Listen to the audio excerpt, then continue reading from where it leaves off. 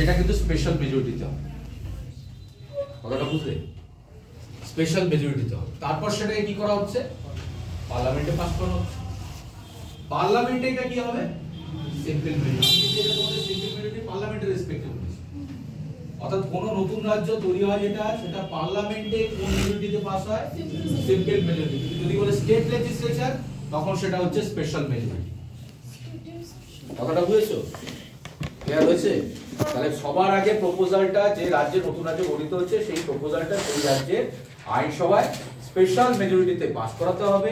তারপর সেটা পাঠাতে হবে পার্লামেন্টে, পার্লামেন্টে সেটা পাস হবে সিম্পল মেজরিটিতে। তারপর সেটা সেখানে পাস হলে তারপর যাবে প্রেসিডেন্টের কাছে, প্রেসিডেন্ট সম্মতি পেলে কি হবে? নতুন আইন তৈরি হবে। বুঝে গেল? হ্যাঁ বলো। অ্যাবসলিউট মেজরিটি, অ্যাবসলিউট মেজরিটি যে কোনো তোমার ভোটে হয়, এই লোকসভা ভোটে। অ্যাবসলিউট মেজরিটি মানে কি? 50% প্লাস 1, 50% প্লাস 1। এই যে ভোট হচ্ছে, ধরো লোকসভার ভোট বা বিধানসভার ভোটে, ধরো আমাদের রাজ্যে বিধানসভার সিট সংখ্যা কত? 294 বিধানসভার সিট সংখ্যা। তাহলে তার 50% প্লাস 1 করলে কত দাঁড়াচ্ছে? 148। তাহলে যে রাজনৈতিক দল 148টা সিট পাবে তারা ক্ষমতায় আসবে। মানে স্যার টোটাল সিটের 50% এফেক্টিভ বললে স্যার যতগুলো আর কি প্রেজেন্ট আছে তার 50% প্লাস। ঠিক আছে? ক্লিয়ার? চলো আজকে আমরা গুপ্ততে আবার চলে আসি। তাহলে গুপ্ত বংশ তোমার সাহিত্যের দিক থেকে বলো, কালচারাল দিক থেকে বলো, সংস্কৃতির দিক থেকে বলো, তোমার অর্থনৈতিক দিক থেকে বলো, সব দিক থেকে কিন্তু উৎকর্ষতার চরম পর্যায়ে গেছিল। ব্যতিক্রম ছিল কিন্তু কি? সোশ্যাল যে সিস্টেম। তার কারণ সোশ্যাল সিস্টেমে কি ছিল আমরা দেখেছিলাম সেই বৈদিক যুগে, এটা পুনরুত্থানের যুগ। তাহলে বৈদিক যুগের যে লেটার ফেজে আমরা যেটা দেখেছিলাম, কি দেখেছিলাম?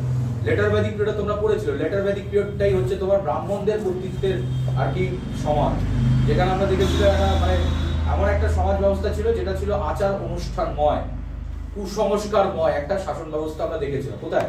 Letter Vedic period. সেই যে ব্যবস্থাপনাটা ছিল সেটার আবার পুনরুত্থান আমরা দেখেছিলাম বৈদিক যুগে। তাহলে বৈদিক যুগে কি ছিল? সমাজ ব্যবস্থা কিন্তু ছিল কুসংস্কারময় এবং আচার অনুষ্ঠানময়, যেখানে আবার ব্রাহ্মণ সম্প্রদায় তারা তাদের কর্তৃত্ব ফিরে পায়। এবং সমাজে যে কুসংস্কার ছিল, যেমন ওই বাল্য বিবাহ থেকে শুরু করে তোমার ওই বউ বিবাহ থেকে শুরু করে, তারপর ইভেন সতীদাহ। আমরা সতীদাহর প্রথম ইনস্টেন্স কিন্তু এই গুপ্ত যুগেই পাই। অর্থাৎ সতীদাহ যে প্র্যাকটিস করা হয় প্রথম আর কি ইনস্টেন্স বা প্রথম আর কি অবতারণা এক্সাম্পল কিন্তু এই গুপ্ত যুগেই পাই। তাহলে গুপ্ত যুগের শাসন মানে সমাজ ব্যবস্থা কিন্তু কি ছিল না, সেই যে উৎকর্ষতার জায়গা সেটা পৌঁছাতে পারেনি।